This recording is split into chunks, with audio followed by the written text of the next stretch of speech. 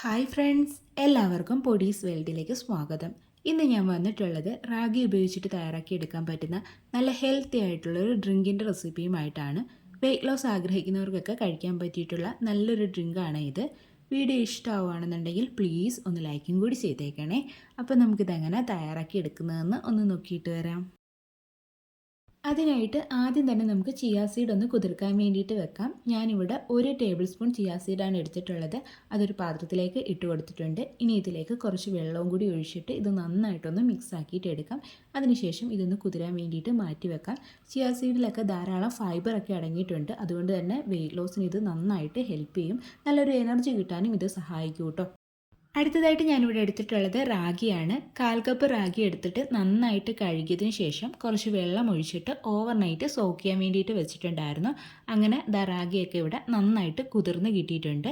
ഇനി നമുക്കിതൊന്ന് അരച്ചിട്ടെടുക്കണം. ഇതിൻ്റെ ഒരു വെള്ളമൊക്കെ മാറ്റിയിട്ട് റാഗി മാത്രമായിട്ട് ഒരു മിക്സിയുടെ ജാറിലേക്ക് ഇട്ട് കൊടുക്കാം.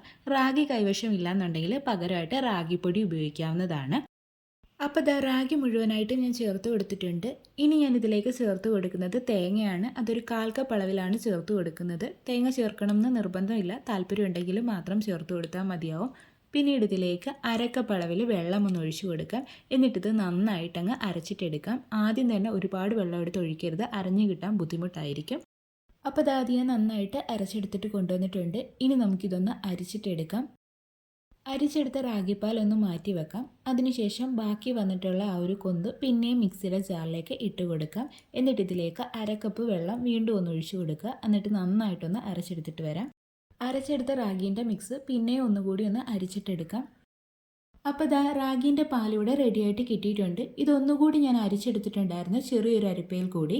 ഇനി നമുക്കിതിലേക്ക് 1 കപ്പും കൂടി വെള്ളം ഒഴിച്ചു കൊടുക്കാം. ടോട്ടൽ 2 കപ്പ് വെള്ളം ഒഴിച്ചു കൊടുത്തിട്ടുണ്ട്. എന്നിട്ടൊന്നുകൂടി ഒന്ന് മിക്സ് ആക്കിയിട്ട് എടുക്കാം. ഇനി നമുക്ക് ഈ ഒരു റാഗി ഒന്ന് കുക്ക് ചെയ്തിട്ട് എടുക്കാം. അതിനായിട്ട് ഈ ഒരു റാഗീൻ്റെ പാല് നമുക്കൊരു പാനിലേക്ക് ഒഴിച്ചു കൊടുക്കാം.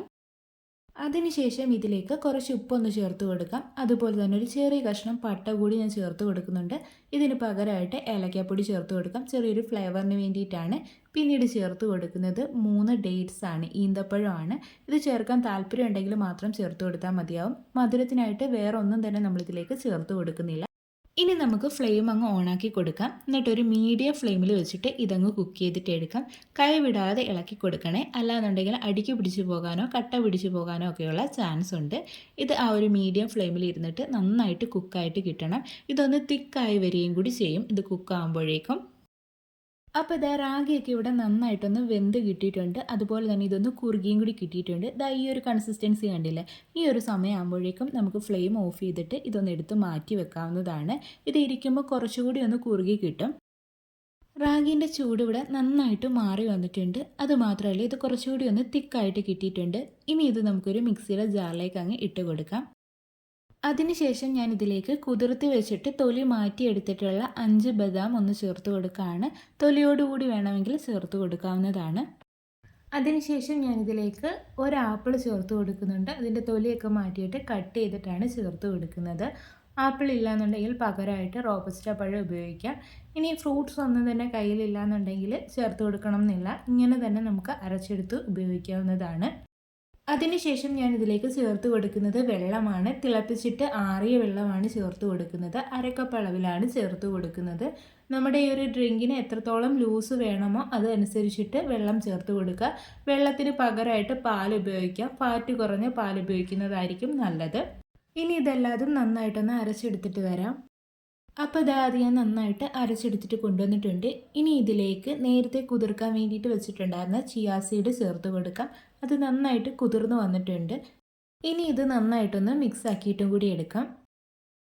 അപ്പോൾ ഇത്രയേ ഉള്ളൂ, നമ്മുടെ ഡ്രിങ്ക് ഇവിടെ റെഡി ആയിട്ടുണ്ട് കേട്ടോ. ഇത് ഞാൻ ഒരു ഗ്ലാസ്സിലേക്ക് ഒഴിച്ചു കൊടുക്കുന്നുണ്ട്. ഇത് ബ്രേക്ക്ഫാസ്റ്റ് ആയിട്ട് കഴിക്കാനാണ് കേട്ടോ ഏറ്റവും നല്ലത്.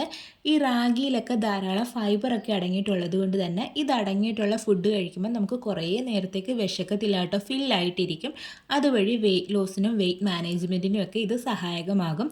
റാഗിയിൽ ധാരാളം കാൽഷ്യം ഒക്കെ അടങ്ങിയിട്ടുണ്ട്. അതുകൊണ്ട് തന്നെ നമ്മുടെ എല്ലുകൾക്കും പല്ലുകൾക്കും ഒക്കെ ഇത് വളരെ നല്ലതാണ്. ഷുഗർ പേഷ്യൻസിന് നല്ലതാണ്. ഒരുപാട് ഗുണങ്ങൾ ഗുണങ്ങളുണ്ട് റാഗിക്ക്, അതുപോലെ തന്നെ ചിയാ സീഡിനും ഒക്കെ. അപ്പോൾ എല്ലാവരും ഈ ഒരു ഡ്രിങ്ക് ഒന്ന് തയ്യാറാക്കി നോക്കണേ. തയ്യാറാക്കി നോക്കിയിട്ട് ഫീഡ്ബാക്ക് പറയാൻ മറക്കരുത്. റാഗി ഉപയോഗിച്ചിട്ടുള്ള കുറേ ഡ്രിങ്കിൻ്റെ റെസിപ്പീസൊക്കെ നമ്മുടെ ചാനലിലുണ്ട് കേട്ടോ. എല്ലാവരും കയറി ഒന്ന് കണ്ടും കൂടി നോക്കണേ. വീഡിയോ ഇഷ്ടമായിട്ടുണ്ടെങ്കിൽ ലൈക്ക് ചെയ്യാൻ മറന്നു പോകല്ലേ.